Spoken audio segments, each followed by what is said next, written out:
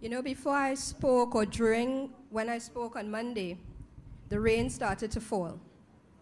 Then before I speak on Wednesday, Josanne said it's a 5-star session. So I hope that I can keep to that standard without any rain. Okay, what I actually want to do, because Tony has given me something of a brief, and I know that the topic is energy, environment, and the archipelago.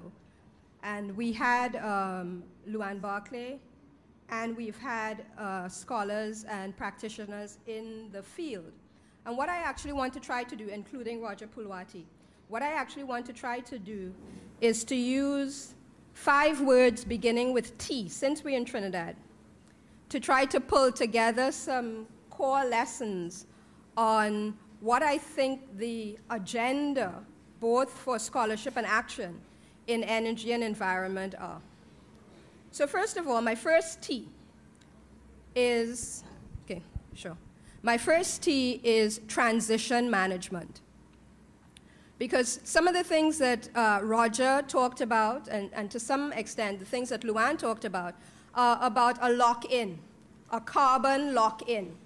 And this relates to the plantation economy because Lloyd Best and other scholars who have understood that the situation in which you find yourself consists of institutions, it consists of behavior, consists of attitudes, values, attributes. It also consists of certain kinds of technologies and knowledge.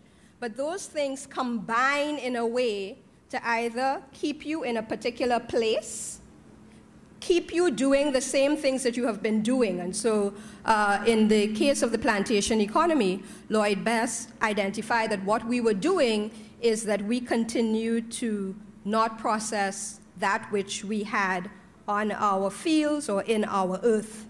And that was because of a particular system, an entire system, including of behavior and mental attitudes.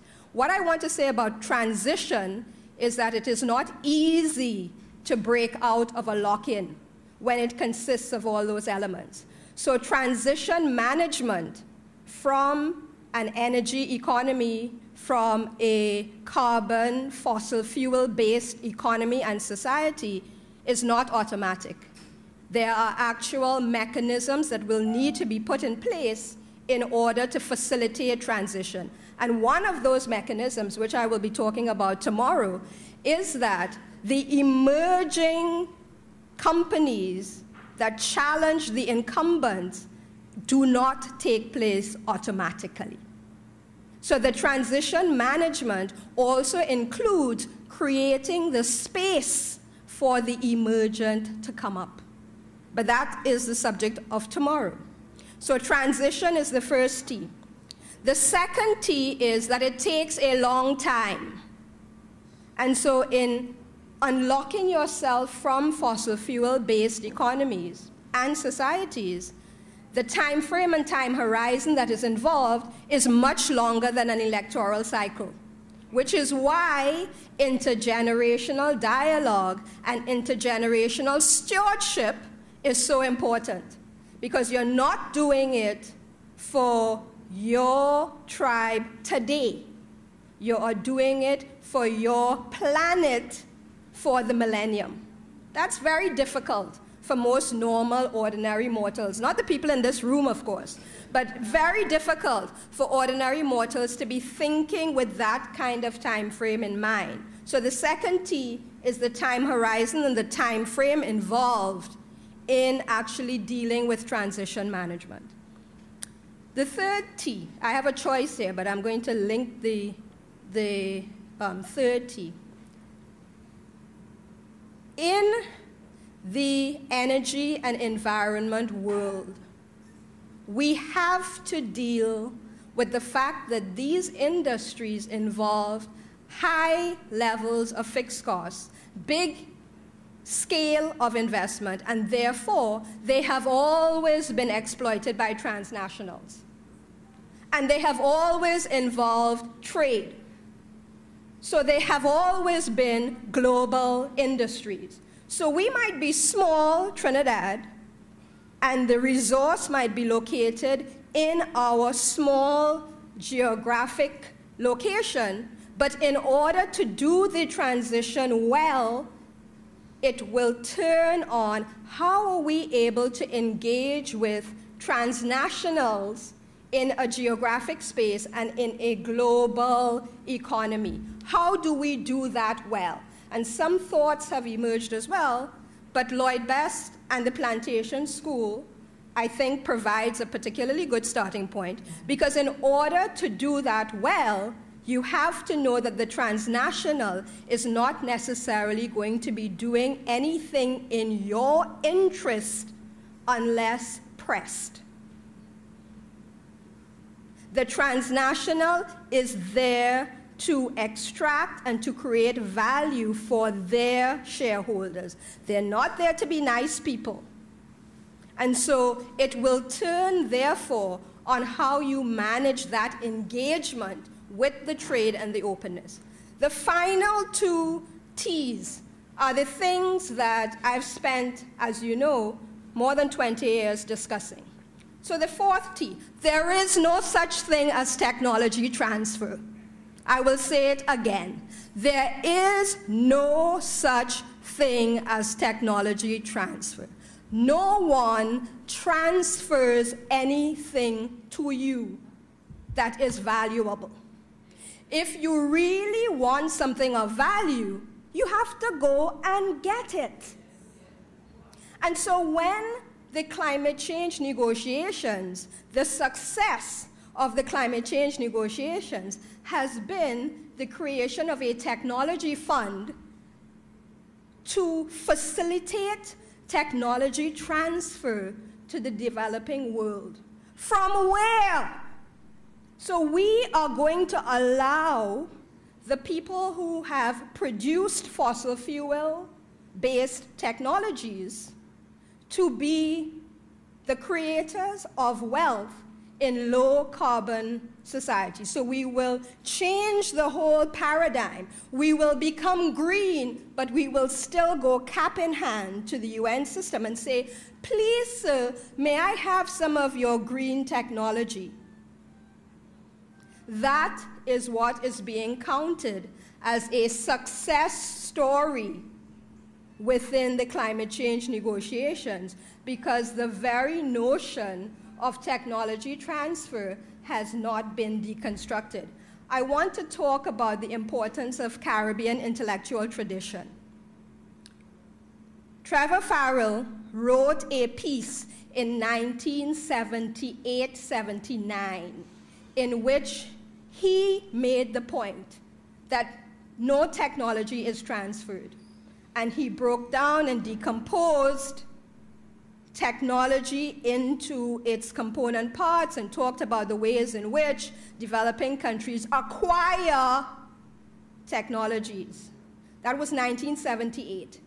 That discussion has not informed UN negotiations and so on about the nature of trade in technological artifacts or in technological knowledge, which is why it is so important to know ourselves. Why Trevor Farrell was able to make that point, interestingly, is that he understood the oil and gas economy in the Caribbean and in Trinidad specifically, because he understood that the activities that were located in our geography were only part of the parcel. So that's the fourth T, technology transfer. It does not exist.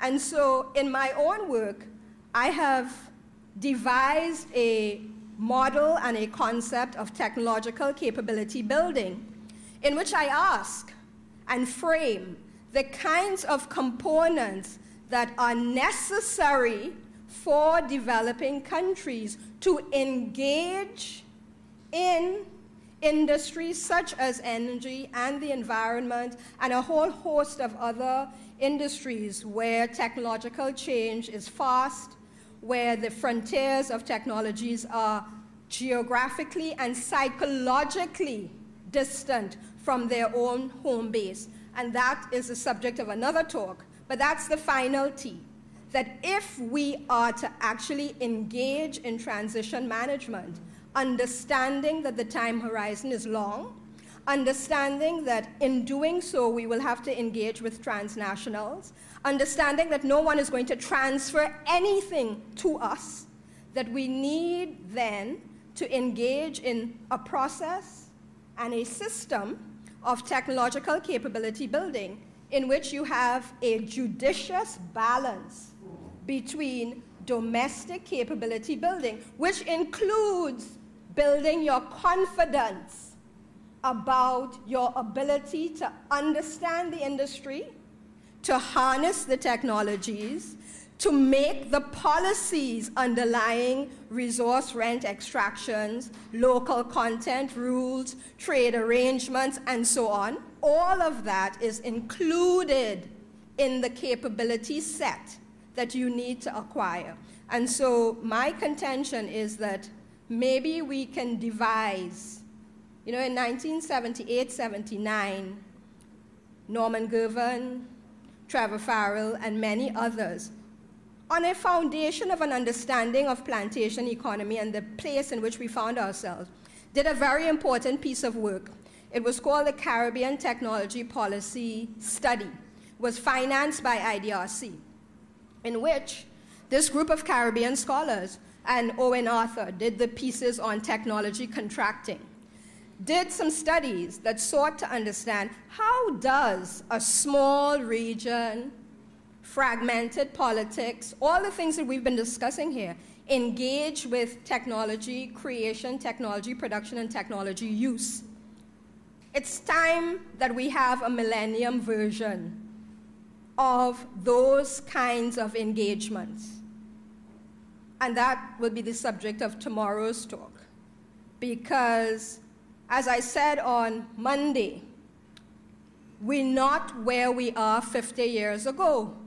And so while we are talking about a particular industry with a particular set of production processes and so on, which has endured for a century, how we treat with that very industry needs to take account of the fact that the economic structure of the world has changed, the fabric of personality has changed in that 50 years. And so the strategies that we devise, and I have suggested that we need to think about these 5 T's, but we need to do that on a foundation that believes that we have the agency to do anything that we want to do and to be imbued with a certain sense of confidence that we can not only analyze, but we can devise change strategies. So I want to stop there with my comments and remarks, and hopefully there's still some time for any kind of engagement. Thank you.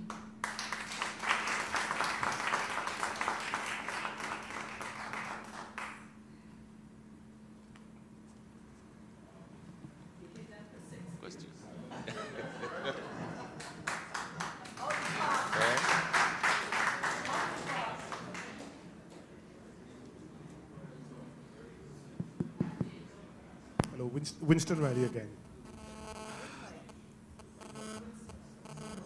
Winston Riley again. There are certain things we need to point out about Trinidad. We have gone a long way with respect to the whole question of some of those T's. Okay, all right, we have gone a long way with respect to some of those T's.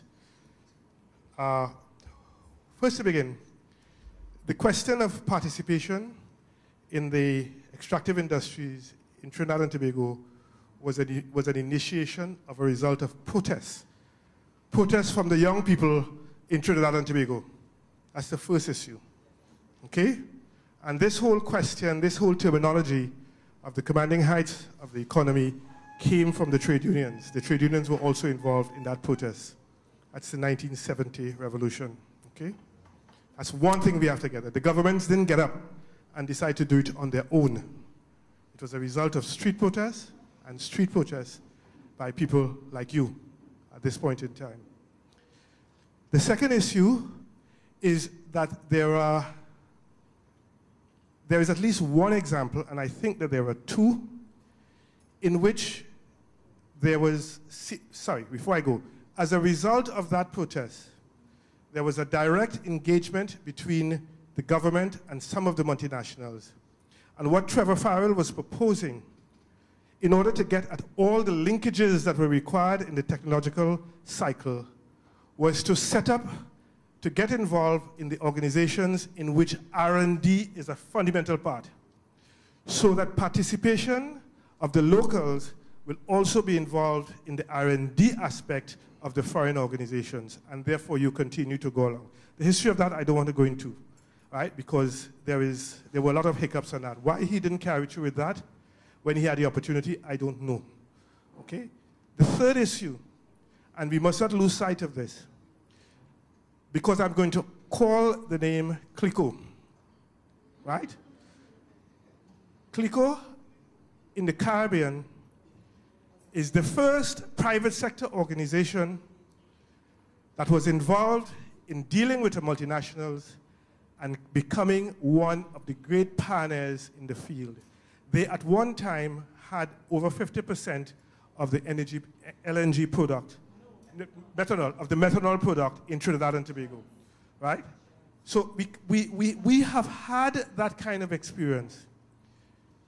In some cases, it has been bastardized, but we have had that kind of experience. I can remember the sale of one of our plants to a foreign firm, which was a catastrophe, not in this last administration or the one before, but the one before that. It was a catastrophe, but the question is, why are we in this condition when we have gone further than anybody else in the world in terms of taking handle of our national heritage in that way? I'm talking about in the kind of world that we live in. Why are we? That's the question we have to ask, sir. We have some of those T's. We have transitioned to some extent. And then it seems to me that we are making a mess of it again. Thank you.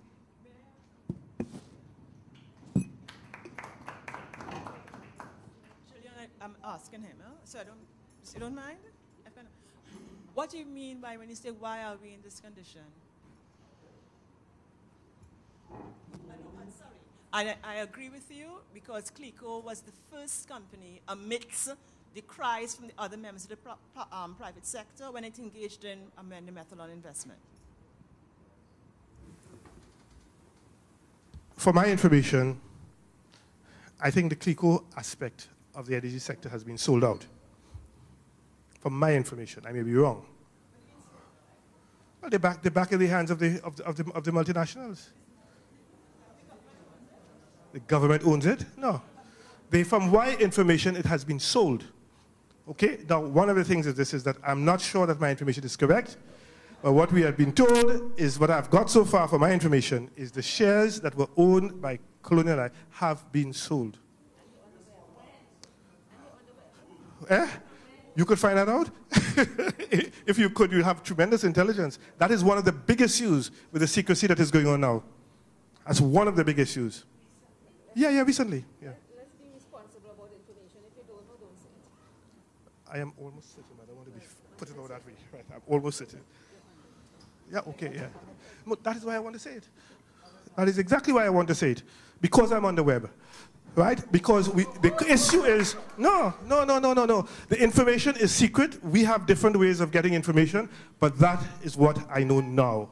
And we are trying to get it officially, that is the condition.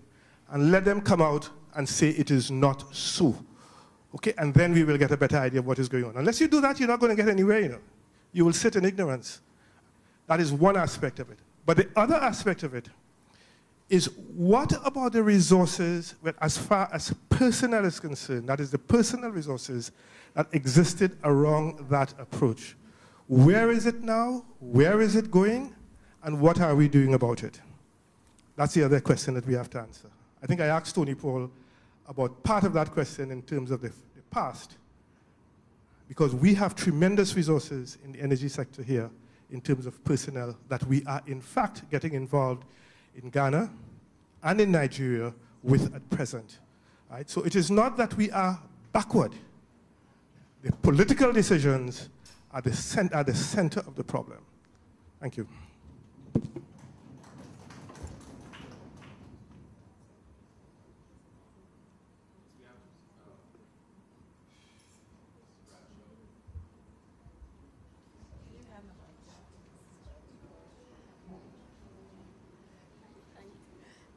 Good afternoon, Patricia Bradshaw. Ms. Marcelle, I know we traditionally look at technology transfer in terms of from out inwards. Have we looked at it from inwards out? Because, you know, as a child growing up, I remember we constructing a highway, Wimpy constructing a highway, and my uncle at the time saying that they had brought in all these great engineers. But the local men, who were just lay persons, were the ones who had to tell them how to go about the work, had to teach them the techniques. And then I remember hearing at the train for construction that some new technology was designed by locals here that has been transferred out to new plants that they have built elsewhere. You know, and it was only here that they discovered it could be done in a particular kind of way. I know in Point Fortin we export welders and, you know, various other tradesmen to various parts of the world. So I'm wondering whether, you know, what is the study in terms of how much of the technology leaves here to go elsewhere? Thank you.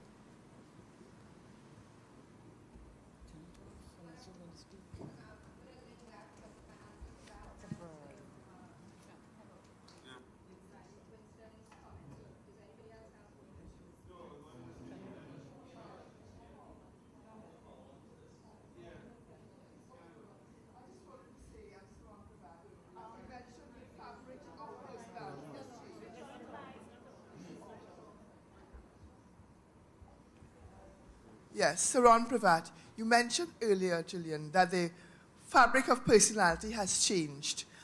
And I wanted you to just linger on that a little longer, and whether that included the fact that in the last 50 years, the values, the sense of worth, the almost a return to colonial worship of the foreign.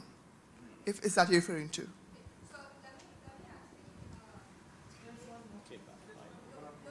No, let her go ahead. You go ahead. Yeah. Okay. Is this mic on? Yeah, right. Okay, so first of all, let me say that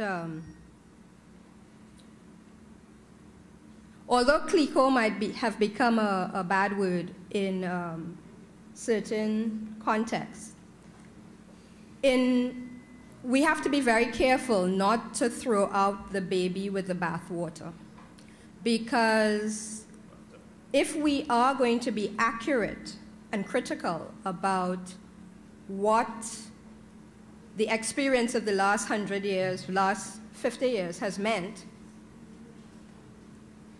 the opportunity to have indigenous capital, indigenous entrepreneurship take root in the South, in the developing world, is something that actually needs to be acknowledged. That's one thing, in terms of having the daring to say, I too can be a rapacious capitalist, for its own kind of what that says about the kinds of personalities that do that. But there's another issue, because this kind of clico story that is now abroad in the land is different from the story of technological capability building that underpinned clico energy, the methanol plant, and so on, where I have had the opportunity to actually speak to the people who were experimenting with, and I quote, making that plant sing.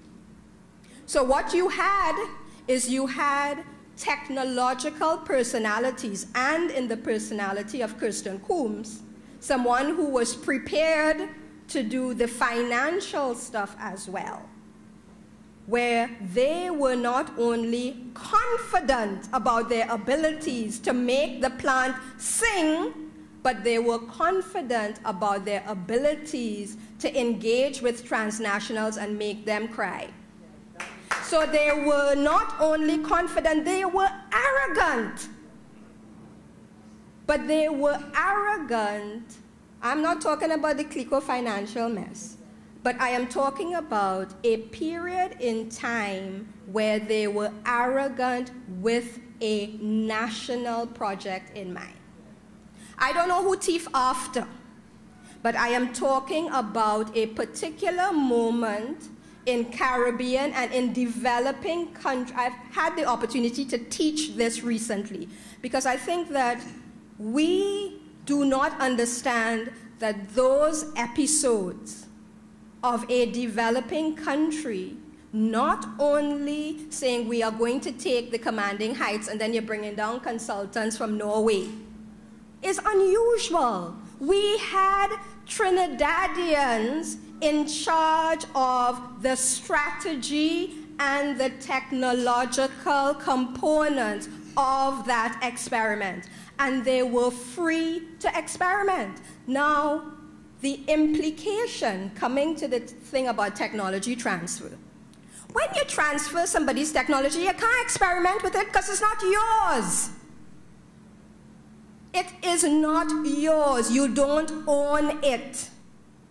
It is theirs. When you don't own the company, you cannot tell Atlantic LNG and whoever else. I only call in that one because I'm not as familiar with who the landscape of the particular company. So we stream in. I'm not particularly concerned with who the multinational is for this point. If you do not own the technology and own and control the value chain, you cannot experiment. And innovation, not in the sense of lab-based experimentation or even R&D, is about being confident about your ability to change the technological configurations to make them do what you want with it. So when Carlos Hyung said they used to make the plants sing, that is what he meant. And that is what we are not able to do when we then enter into contracts called foreign direct investment. This is nothing novel, but I am taking the technological implications of those FDI decisions. When we decided to change the ownership configurations of our energy sector or our natural resource extractive industries, that is the implication. Now, where does that have to do with technology transfer? That has to do, and the two best people in the room to actually speak about this would probably be Josanne Leonard and that young man who said that he's a music producer. Because the technology challenge facing the Caribbean is about understanding what is our content. What is our content? What is it that we are going to derive value from 50 years from now? 50 years from now, we might still be pulling things out of the ground, but I live in another resource extractive economy. And the challenge there is that South Africa has pulled so much gold out of the ground that their challenge is now to get best at selling to other countries around the world the extractive specialist engineering services to tell people how to pull gold out of the earth when you have no reserves left. Okay? So the technological challenge facing natural resource extractive countries all around the world, and probably the best scholar about this currently is Carlota Perez, is saying that the dynamic now for natural resource industries has changed. The nature of the technological challenge is not how far down can your extraction go. It is that you're able to pull up, and also in terms of waste management. So how are you actually able to use science? How are you able to use your knowledge about geology and minerals, mineral content, to make sure that when you take up, 2 tons, I don't know, I'm not particularly interested in the science, and maybe the geologists around the world in the room will help us here. But if you take out 2 tons of a lot of earth, you want to be able to pull out of that 2 tons as much of the pure and valuable material as you possibly can. And that involves science. So the R&D in minerals processing is going into those areas. So what do we need to understand? The scholars in the Caribbean, Norman Gervin, Trevor Farrell, Lloyd Best, and so on, have said that you need to understand your own circumstances. So unless we are training a new breed of geologists, people who understand materials processing, we will still think that extractive industries is about digging big holes and taking things out of the ground, whereas it has changed. And so the content industries and the scientific and technological challenges facing the entire world have actually shifted. And I am not sure, I'm not close enough on the ground in the Caribbean to know whether our definitions of science and technology have shifted in line with those kinds of conversations. This gentleman.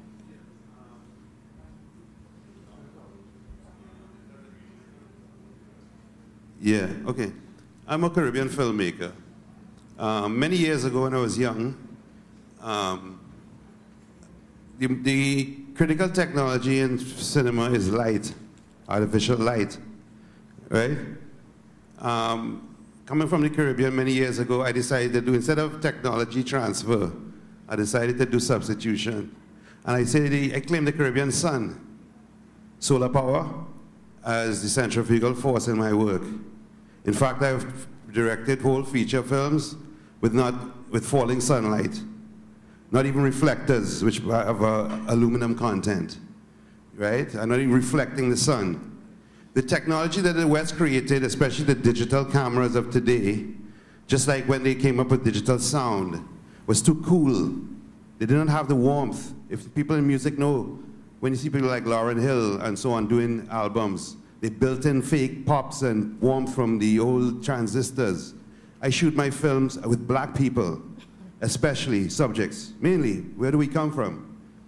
I take different kind of meter readings. I found that the cool tungsten in the artificial light, when mixed with black skin, creates a very, very funereal look, right? I use a certain natural, I do very spare on the makeup. You watch my film now, and you see land trailer parked up in San Souci, right? Cool. All of that is what we do with, I call that that's my technology. That's my centrifugal force, the Caribbean sun, right? Substance, you talk about raw material, people, human resource, those are our actors. They come on screen. I coined a term called the background, because people in Bollywood and Hollywood find themselves in the background or the background of the frame. Poorly lit, out of focus. I bring them to the fore. You are central to your story, not some hustler like in The Help.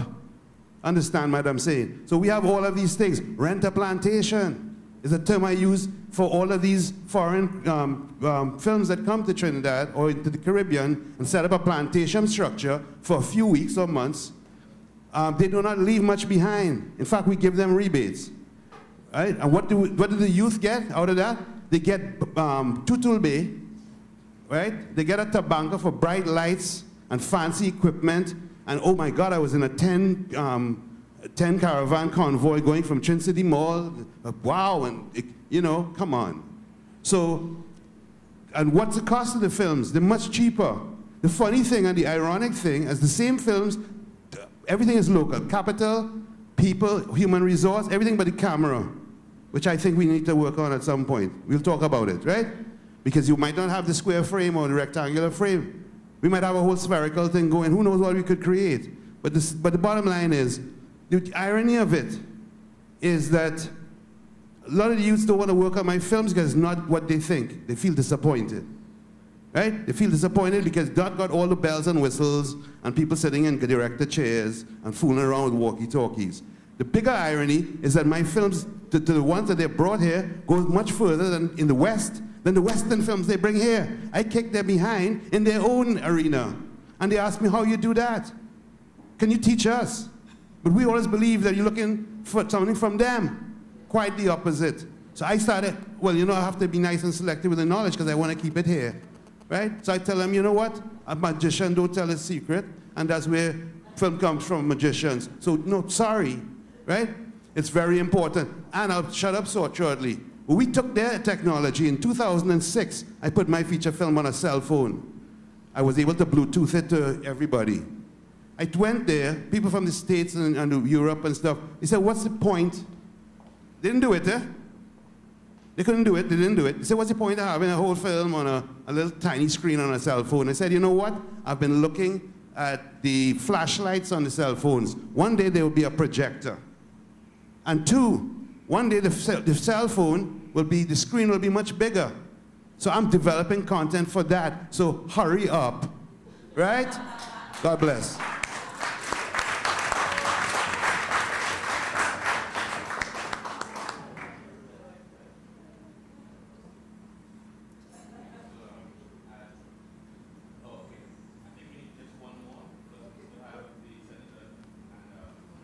To speak as well. Yeah, hello. First, I'd like to congratulate the Maroon who just spoke there. I'm a recently runaway Maroon. I could get caught anytime if they sent, it's Lieutenant Davy after me. For those who know the Jamaican Maroon history, I could get caught. But yeah, we have to build our own stuff from the ground up, our own expertise. We have to know which course to run. One point I like that it takes a long time. Again, one gentleman raised it. We expect the rewards quickly. We expect the rewards immediately sometimes. We think that the automation and the technology mean that we'll be rewarded right away. We must be willing to put in the hard work. Mr. Amisa would have learned all that by experiment with his cameras and light and whatever else they do there. You don't suddenly wake up and learn and become a expert. People want to go and do a course, so something has happened to the character of the West Indian. The character that developed Lloyd Best, who used to go to school barefoot, see about his goats, his rabbits, cut his grass, decide what he's doing in the morning and the evening. Something has happened to that character. So, the patience, and it must take it always almost does take a long time.